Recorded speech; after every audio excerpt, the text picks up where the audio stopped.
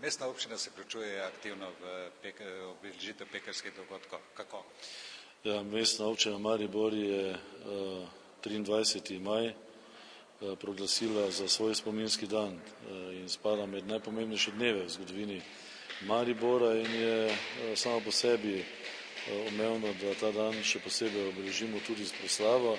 Tako bo tudi letos, ko bo 23. maja, torej ob 18. uri v Pekrah pred domom, izobraževalnim centrom Pekre, torej proslava in vljudno vabim vse Mariborčanke in Mariborčane, da ta pomemben dan za Maribor in Slovenijo počastijo s svojim obiskom na tej proslavi. Rekli ste Mariborčan.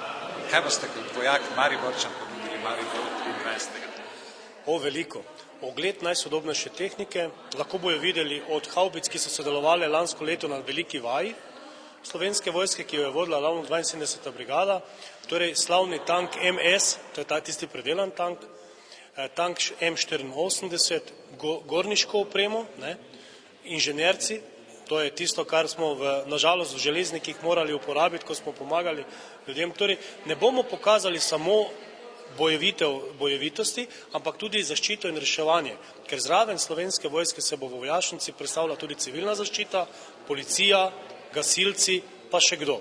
Skratka, bo zelo zanimivo in jaz vabim, da se ljudje tega udeležijo in si ogledajo, ker bo veliko za videti. Gre za skupni projekt občine in vojakov generala Maestra. Tako je, gre za skupni projekt, tako vojske, kot mestne oblasti, kot policije, gasilcev, civilne zaščite, pa še koga.